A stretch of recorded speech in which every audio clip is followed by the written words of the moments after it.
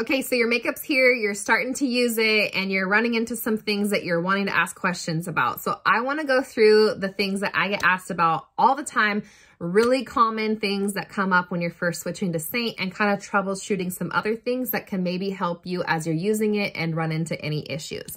So the number one thing when you first get started is you're probably gonna tell me it looks shiny.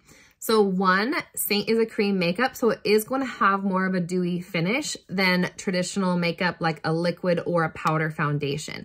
So you can do that with a couple of things. If you are used to more of a matte foundation and the dewiness is hard for you, you can set with a setting powder. We make the vanilla setting dust, but if you have a translucent powder at home already, it doesn't matter the brand you use. Feel free to add those in the areas that you're feeling shiny. Something I want you to keep in mind, when you're first switching to Seint, your oil production that you naturally make in your body is going to take some time to adjust. So when you're used to using a liquid or a powder foundation, those set and they're very, very drying to your skin. Your skin's going to combat that by producing more oil to try to lubricate your skin. When you switch to a cream that is moisturizing, more breathable, all of the things, it's not drying and doesn't set on your face, it takes your body a little bit of time to catch up and realize that it does not need to produce as much oil as it once did.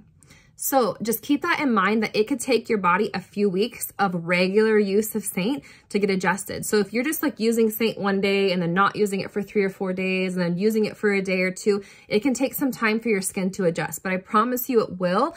This is kind of what it should look like once your skin adjusts to it. So definitely hang tight in there if it's shiny. Some other things to keep in mind with Seint, with it being shiny. When it's shiny, especially if your skin has had time to adjust, it could be that you're using too much product. So Seint is highly, highly pigmented. It is more than double the pigment of traditional foundation. So a lot of times we're used to having to put a lot of product onto our face. You don't need to do that with Seint. And if you put too much product on, it's not going to give you all day coverage and wear. It's going to want to slide off and it's going to look a lot shinier. So really try to go back on how much product that you're using, like really scale it back. Use way less than you're thinking you need. And that is really going to help, because if you use too much product, it is going to be shiny. Now, if you have an area, like say you have some rosacea through your cheeks, or you maybe have some really dark under eye pigment or things like that, and you're having to you're putting a lot of product on to combat that, that is also a problem. That is more of a shade issue. That means that maybe you need a camouflaging color, or maybe all over, like maybe we color matched you and we didn't nail it and you're feeling like you're having to put a lot of product on to get the level of coverage that you need. Reach out to me and we can either add a concealing color for you or change your highlight color, because if you're having to put too much product on to get the level of coverage, it means that we probably don't have the right shade for you. You probably need to go a little bit darker and with something with a little bit more control. Especially through this eye area. If you have darkness right here and you're using your brightening highlight and you're not getting the coverage, try going to your main highlight for that area. Just take that main highlight and tap into that area that you're really dark. You're going to get more control and coverage with that darker shade. And I know it sounds counterintuitive, but I promise you that darker shade is going to give you better coverage with less product.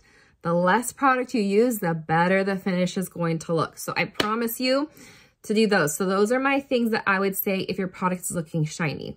Don't use too much product. Set with powder if you need, especially while you're transitioning. And maybe we need to revisit your shade match to see if we need to change your shade or add a color corrector in. Okay, one of the other things I get really often is sometimes you open your little tin of makeup and there are little bumps in it. I don't know if you can see that through this film, but some of the shades sometimes have these little things in them. What that is beeswax. So when they're making the product and they're heating it up and then cooling it down, sometimes the beeswax does that. It's not a defective product. It is totally fine. And once you take your brush the first few times and take off the top layer, it will all be smooth. So it's not defective. I know it might look crazy and you're gonna be like, oh, what are all those bumps? Is it, you know what I mean? It's the beeswax settling in the product. Not all shades have it, but some of the shades tend to struggle with it more than others. But I promise you, it does not make the product work any differently. Nothing like that. Another thing, so this is really common. You're going to get your makeup and you're filling your tins or you're working with your palette and you stick your finger in it and it makes a mess and it pisses you off and you're just like, ah, Save one of your lids. Save one of your lids when you first start ordering. That way, when you need to swap out a color or something, you're just gonna take the corner of that lid, pop it under the tin for easy popping those tins in and out when you need to change a color or like update your palette. That will save you a lot of headache and a lot of frustration. Some of the other things is sometimes you'll be like doing your makeup, you love it, it looks amazing, and then all of a sudden you'll have a few days that it like doesn't look good. It looks like streaky and you're like, what the heck? Like that doesn't look good. I don't like the way that that finished. That is a sure sign that one of two things. You probably need to clean your brushes. So I would say once a week, once at least every 2 weeks, you need to clean your brushes. So we do make a brush cleaner. It's a spray. You spray your brush or cloth and then lightly clean it. They're ready to use right after. You don't have to let them out and sit. It's gonna keep your brushes disinfected, all the things. I do have a video on that if you wanna learn how to clean your brushes, but that is one of the key giveaways that you need to clean your brushes is your makeup will start to look streaky. The other thing that it could be is that you could need to exfoliate your skin. It is really important. We want this makeup to be like a second skin. So if you have a lot of dry skin on your face or you just haven't exfoliated, sometimes that makeup could be sitting on top of a layer of skin and it's just not gonna give you the best finish that you're looking for. So I want you to get in the habit of regularly exfoliating twice a week. So if you're already using a great skincare line and exfoliating regularly, I applaud you because that is huge. But if you need help with that, reach out to me. I can give you some tips and some both, like we make products that work, but I also can give you some tips of some like over-the-counter stuff or stuff you can get on Amazon or lots of different places that will really help with the finish of your makeup. Another thing I get is sometimes people will talk about their makeup like sliding off, like they'll feel like it's gonna slide. And that can be a few things. So when you first, like you wash your face, you put your moisturizer on, let that really sink into your skin. You wanna let that moisturizer be able to penetrate into your skin before you go ahead and put your makeup on.